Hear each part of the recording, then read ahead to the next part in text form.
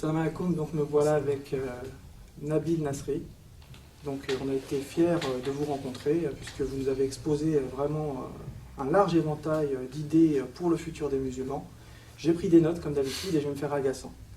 Donc en clair, vous êtes la Ourouya Boutelja des musulmans, c'est ça. Donc on a toujours subi, on est des éternelles victimes et en fait l'immigration, elle a été voulue par le peuple français et finalement il devrait se taire.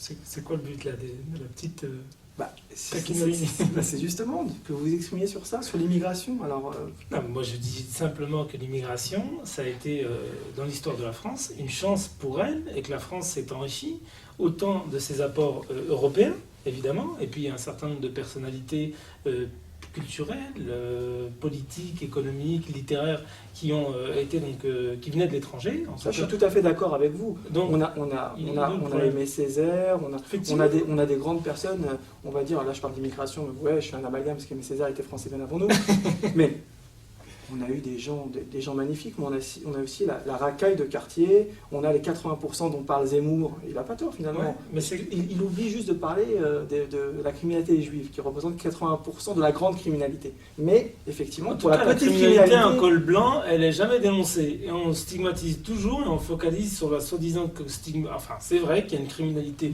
ici. Vous la reconnaissez quand même, parce que les Français, ils ont envie de vous entendre dire ça. Non, avant de la reconnaître... Ils ont envie aussi d'être des victimes, et de vous entendre dire, oui, moi en tant que musulman, je ne vais pas dire aux Français j'ai ma part de responsabilité. Je ne vais pas dire aux Français moyens ce qu'ils souhaitent entendre. Maintenant, ce que je vais dire véritablement aux Français, c'est lui dire que s'il y a une criminalité dans les banlieues, c'est d'abord et avant tout... encore. Mais évidemment, c'est d'abord et avant tout... Non, c'est pas question de victime. Leur père crevait de faim dans les Aurès, mais ils ne volaient pas, et eux sont obligés de voler, c'est ça? C'est d'abord et avant tout de dire véritablement, d'exposer les faits et les raisons véritablement sociales du départ. Comment social? Mais je viens de vous dire que nous, nos parents, nos grands-parents, si je peux juste finir une phrase. Juste ça. Nos parents, nos grands-parents ne trouvaient pas à manger pour le soir. Oui. Ils mangeaient des criquets, oui, mais ne volaient pas, ne tuaient pas. Aujourd'hui, ces musulmans d'apparence, oui, qui habitent nos banlieues volent, pillent. Vous les excusez? Je vais vous poser une question. Je vais vous poser une question. Non, ne répondez pas à la question par une question. Non, parce que c'est trop facile. Ça appartient à notre communauté. Est-ce qu'ils volent et pillent parce qu'ils sont musulmans ou parce qu'ils habitent dans des situations sociales compliquées? Posez ces questions, très bien. Ah ben voilà, donc moi la réponse elle est dans la question, c'est-à-dire que c'est d'abord la faute à ceux qui ont parqué dans le même endroit, les mêmes communautés, dans des immeubles de grands ensembles. Ça aurait été des Français, entre guillemets de souche, il y aurait eu les mêmes problèmes. Ça aurait été des gens de n'importe quelle origine, quand on les met dans des situations... On n'a pas les mêmes... Bah oui, parce que les Chinois, c'est vrai qu'ils sont 4000. Non, ils sont pas 1 million en France. Ils sont 1 million en France. Quand je vous dis les 4000, c'est la cité de la Courneuve, la cité du 93. Bah écoutez, allez à Paris 13 et voyez les tours de 40 étages, c'est horrible. Vous les mettez dans les mêmes conditions sociales. Exactement, au moment historique des années 70. Dans Paris 13. Au moment historique des années 70.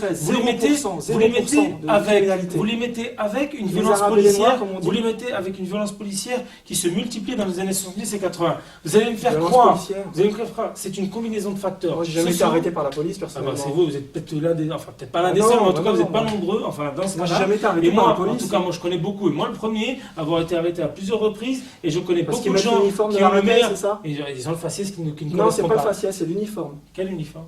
On n'est pas obligé de mettre des Air Max américaines et le Nike américain. On peut mettre la djellaba ou le pince français. Choisir entre les deux, à la limite, comme Albert Ali. Mais si on est en pramis aujourd'hui en France, ou qu'on a, comment dire, un pince et un col V, on n'est pas arrêté. On est arrêté quand on a des Air Max, la casquette à l'envers. Donc c'est ce que je cherche à savoir. Est-ce que vous me dites que c'est social? Je vous réponds que non. Vous me dites que c'est... Donc c'est quoi? Vous allez faire comme vous avez le moine que c'est culturel? C'est cultuel? C'est parce qu'ils sont musulmans? Non, pas du tout. Moi j'ai d'autres raisons. Moi je ne vais pas exposer mes raisons, mais j'essaie de vous pousser dans vos retranchements pour vous montrer que vous avez, on va dire, introduit dans votre raisonnement certaines contradictions qu'on ne peut plus entendre aujourd'hui. C'est parce que si Marine Le Pen fait 20% aujourd'hui, c'est parce qu'on n'a pas été capable de dire on en a marre de la racaille en premier lieu. On en a marre de ceux qui ont provoqué l'émergence de la racaille.